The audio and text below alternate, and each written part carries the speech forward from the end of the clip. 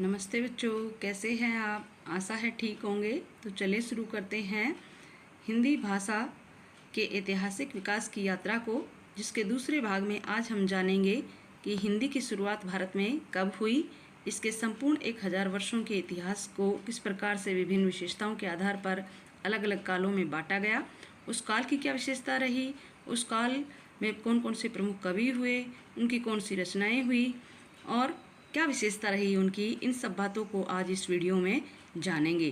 तो चलिए बगैर देरी किए इसको सीखते हैं। तो सबसे पहले बच्चों, हम जैसे कि आपको पता है हिंदी भाषा की शुरुआत भारत में 1050 ईस्वी के आसपास हुई थी। तो उससे लेकर के आज तक 1000 वर्षों के इतिहास को उनकी विभिन्न विशेषताओं के आधार पर 4 प्रकार के प्रमुख कालों में बांटा गया है। तो सबसे पहला जो काल है बच्चों, वो है आधुनिक काल। आधुनिक काल, इसका जो समय है वो 1050 ईस्वी से लेकर के 1350 ईस्वी के आसपास का रहा है। दूसरा जो काल है उसको बोला जाता है भक्ति काल, जिसका समय 1350 से 1650 ईस्वी के आसपास का है। तीसरा जो है उसको कहते हैं 1650 से 1850 ईस्वी का काल, जिसको रीतिकाल बोलते हैं। और चौथा जो काल है हमारा, उसको कहा गया आधुनिक काल, जिसमें कविता और गद्य दोनों ही प्रचलन में आए थे। गद्य की शुरुआत उससे पहले कभी नहीं हुई थी, तो इस काल में गद्य की शुरुआत हुई थी, जिसका समय था 1850 से अब तक का जो समय है वो आधुनिक काल के अंतर्गत आता है। तो चलिए एक एक करके इसके कालों को सीखने का प्रयास करते हैं। तो आदिकाल में कविता मनोरंजन का प्रमुख साधन थी। भक्ति काल में भी कविता मनोरंजन का प्रमुख साधन थी। रीतिकाल में भी कविता मनोरंजन का प्रमुख साधन थी। और आधुनिक काल में कविता के साथ साथ गद्य साहित्य का प्रचलन बच्चों शुरू हो गया था। ठीक है, तो इसको एक एक करके हम जानेंगे। सबसे पहले बात करते हैं हिंदी साहित्य के आदिकाल की, यानी कि शुरुआत जब हुई थी हिंदी की। तो इस काल में जो 1050 से 1350 का जो समय है, इस काल में कविता लिखी जाती थी। राजाओं की प्रशंसा से संबंधित कविताएं लिखी जाती थी। इस समय आपको पता है बहुत सारे राजा हुए, और जिसमें से खासकर जो राजस्थान वाला इलाका है, दिल्ली वाला इलाका है, यहाँ पर बहुत सारे राजपूत शासक हुए और कुछ आक्रमणकारी भी आए। तो यहाँ के जो राजा थे उनकी समय समय पे लड़ाइयाँ विदेशी राजाओं से, विदेशी जो शक्तियाँ हैं उनसे होती रही। तो यहाँ के जो कवि हुए हैं उन्होंने वीरता से संबंधित कविताएं लिखी, इसलिए इस काल को वीर गाथा काल भी कहा जाता है। यहाँ चारण और भाट जो कवि हुए हैं, उन कवियों ने वीरता से संबंधित बहुत सारी रचनाएं लिखी है। दूसरी भी विशेषताएं इस काल की, लेकिन बेसिकली मुख्य रूप से वीरता से संबंधित इस काल में रचनाएं लिखी गई थी। इस काल में 4 प्रमुख प्रकार विचार। तो आदिकाल, हिंदी साहित्य के आदिकाल में बच्चों बात करें तो 4 प्रकार का साहित्य हमें देखने को मिलता है। सिद्ध साहित्य, नाथ साहित्य, जैन साहित्य और रासो साहित्य। जो सिद्ध साहित्य हमें मिलता है उसका क्षेत्र है पूर्वी भारत। पूर्वी भारत में ये लोग रहते थे और वहीं पर ये अपना साहित्य रचते थे। मुख्य 84 सिद्ध हुए हैं और ये अपने नाम के पीछे पा लगाते थे, जैसे सरहपा, शबरपा, लुईपा, कणहपा और डोमिपा। उसके बाद है नाथ साहित्य, जो कि जिसका क्षेत्र था पश्चिमी भारत, और इसमें 9 नाथ हुए हैं। ये अपने नाम के पीछे नाथ लगाते थे। इनमें सबसे प्रमुख हुआ है बच्चों गोरखनाथ। इसके अलावा मस्तेंद्रनाथ, चरपटनाथ, रेवानाथ, भर्तृनाथ, गोपींद्रनाथ, ज्वालेंद्रनाथ आदि प्रमुख नाथ हुए हैं। उसके बाद आता है बच्चों जैन साहित्य। जैन साहित्य में हमें इसका जो क्षेत्र है वो गुजरात और काठियावाड़ है। बेसिकली जो गुजरात वाला क्षेत्र है वहाँ पर ये लोग रहते थे और वहीं पर साहित्य साधना करते थे। आज भी हम माउंट आबू की तरफ जाएंगे, राजस्थान का जो दक्षिण पश्चिमी हिस्सा है वहाँ पर जाएंगे, और गुजरात से टच करता हुआ जो हिस्सा है वहाँ पर हमें जैन मुनि देखने को मिलते हैं। उसके बाद है बच्चों रासो साहित्य मिलता है हमें आदिकाल में। हिंदी साहित्य के आदिकाल में हमें रासो साहित्य मिलता है, और इसका जो क्षेत्र है बच्चों ये राजस्थान है, कुछ पंजाब का हिस्सा है। वहाँ पर क्योंकि राजपूत राजा रहते थे और वहाँ पर राजाओं की वीरता से संबंधित इन्होंने बहुत सारे रचनाएं लिखी हैं। इनको वीर कवि कहा गया है। वीर रस से प्रधान इन्होंने रचनाएं की, राजाओं की प्रशंसा से संबंधित रचनाएं की, और प्रशंसा कोई कोरी प्रशंसा नहीं की इन्होंने। वाकई में उस समय के राजा जो थे वो बहुत ही प्रतिभाशाली थे, बहुत ही वीर थे, और उन्होंने बहुत सारी लड़ाइयाँ वीरता के साथ इस काल में लड़ी थी। जो सिद्ध और नाथ साहित्य है बच्चों, वो बेसिकली बौद्ध धर्म की ही शाखाएं हैं। बौद्ध धर्म की ही सहजयान और हीनयान शाखाएं हैं। तो इस काल में हमें 4 प्रमुख साहित्य मिलता है, जिसमें जो रासो साहित्य है वो सबसे प्रमुख है, और क्योंकि इसमें वीरता से संबंधित रचनाएं ज़्यादा लिखी गई थी, इसलिए इस काल को, आदिकाल को वीर गाथा काल भी कहा जाता है। उसके बाद हम देखेंगे अब इसमें इस काल के प्रमुख कवि कौन कौन हुए हैं। तो सबसे प्रमुख कवि हुआ है सरहपा, जिसने दोहा कोश की रचना की थी। तो सबसे प्रमुख कवि हुआ है इस काल में सरहपा, जिसने दोहा कोश की रचना की थी। कहा जाता है कि ये प्रमुख पहले कवि हुए हैं। उसके बाद गोरखनाथ इस काल के प्रमुख कवि हुए हैं। स्वयंभू, जिन्होंने पौंचर्यु नामक पुस्तक लिखी, इस काल के कवि हुए हैं। इसके अलावा चंद्रबरदाई इस काल के सबसे प्रसिद्ध कवि हुए हैं, जिन्होंने वीरता प्रधान रचना लिखी। पृथ्वीराज रासो एक प्रबंध काव्य है, जिसमें उन्होंने राजस्थान के प्रसिद्ध शासक राजा पृथ्वीराज चौहान तृतीय की वीरता का वर्णन बड़े ही सुंदर ढंग से इसमें किया गया है। और उसके बाद है इस काल के प्रमुख कवियों में अमीर खुसरो, जिसकी पहेलियाँ और मुकरियाँ हम आज भी पढ़ते हैं। और उसके बाद है विद्यापति, जिन्होंने पदावली लिखी। तो ये पदावली भी इनकी प्रसिद्ध हुई है, ये भी इस काल के प्रमुख कवि हैं। और इसके अलावा देवसेन भी हैं, जिन्होंने श्रावकचार नाम का ग्रंथ लिखा, जो हिंदी गद्य का पहला ग्रंथ माना जाता है नगेंद्र के अनुसार। तो ये बच्चों थी आदिकाल की विशेषताएं, आदिकाल। और वीडियो को पॉज करके देख लेना अगर समझ में नहीं आए तो। इसके बाद हम चलते हैं, इसका जो दूसरा काल है, हिंदी साहित्य का दूसरा काल, जिसको हमने पढ़ा था भक्ति काल, उस काल की बात करेंगे, उसको देखेंगे। तो इस काल में इसका समय जो है बच्चों 1350 से 1650 का समय रहा है भक्ति काल का। इसमें भी कविता ही लिखी जाती थी हिंदी भाषा में।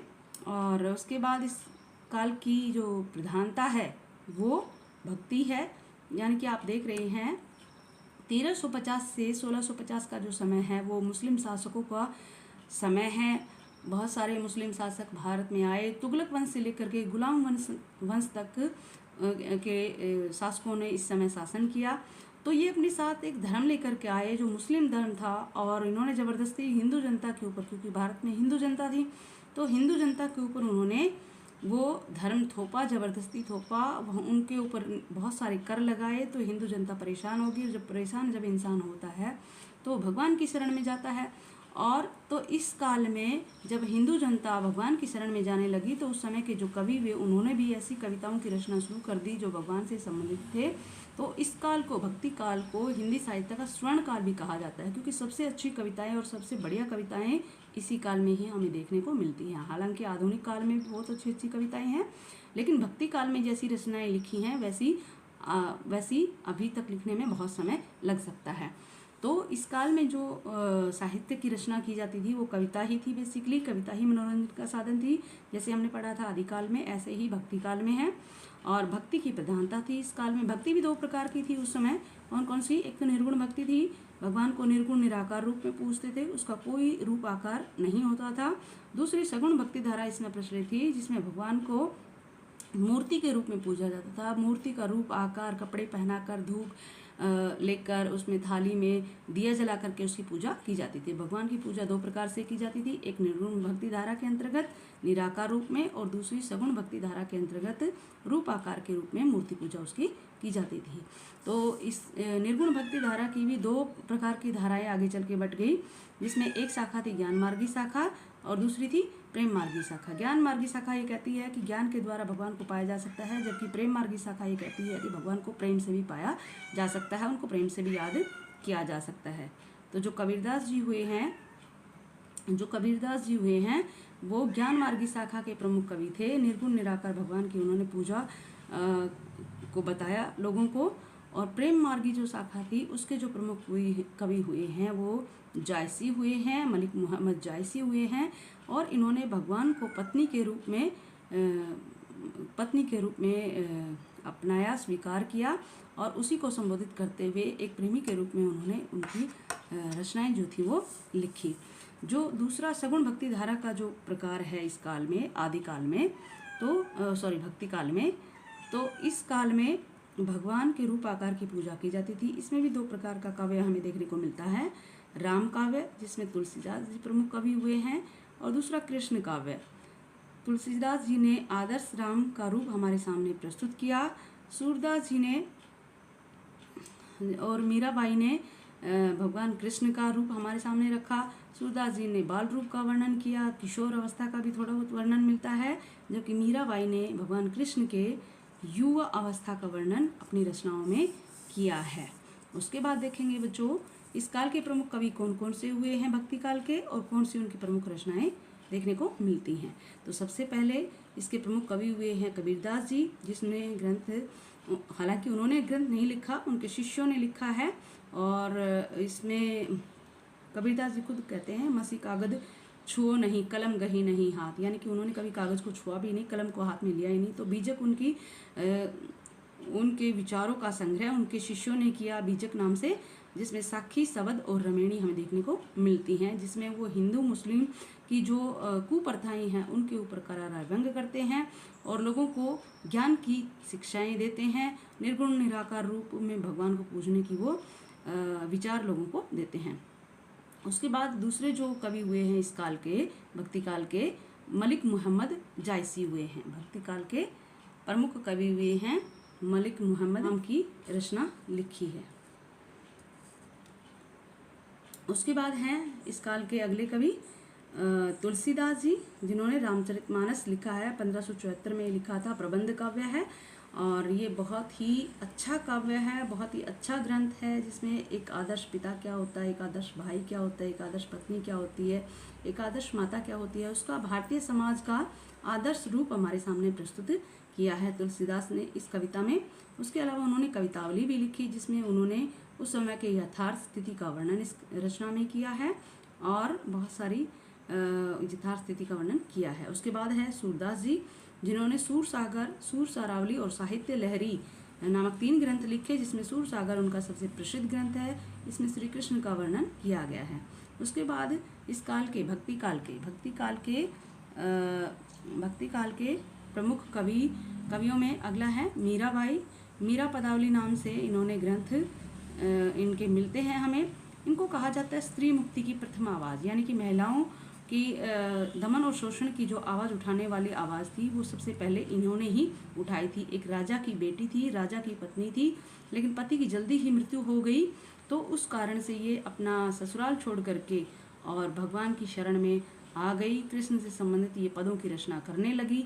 बहुत सारे पदों की इन्होंने रचनाएं की हैं और पति के रूप में कृष्ण को उन्होंने पूजा है, माना है। उसके बाद रसखान इस काल के प्रमुख कवि हुए हैं। कुछ लोग रीतिकाल में इसको लेते हैं, कुछ भक्ति काल में लेते हैं, हम तो दोनों कालों में ही इनका हम जोड़ सकते हैं। उसके बाद नानक जी भी इस काल के प्रमुख कवि हुए हैं, जिसने निरगुण निराकार भगवान की प्रार्थना पर बल दिया है। सिख संप्रदाय के संस्थापक माने जाते हैं और बहुत सारी रचनाएं हमें इनकी देखने को मिलती हैं। इसके बाद भक्ति काल के अगले जो कवि हुए हैं, लास्ट कवि हुए हैं, वैसे तो बहुत सारे हैं, उन सब का नाम लेना यहाँ पॉसिबल नहीं है, लेकिन जो मुख्य हैं वही मैं आपको बता रही हूँ। रैदास जी हुए हैं, जो मीरा के गुरु माने जाते हैं, और रविदास की वाणी से इनकी रचनाओं का संग्रह हमें देखने को मिलता है। तो ये था भक्ति काल, जिसके में प्रमुख कवि, काव्य धाराएँ ये हमने देखी। अब इसके बाद अगला जो काल है वो है रीतिकाल। अगला जो काल है वो है रीतिकाल।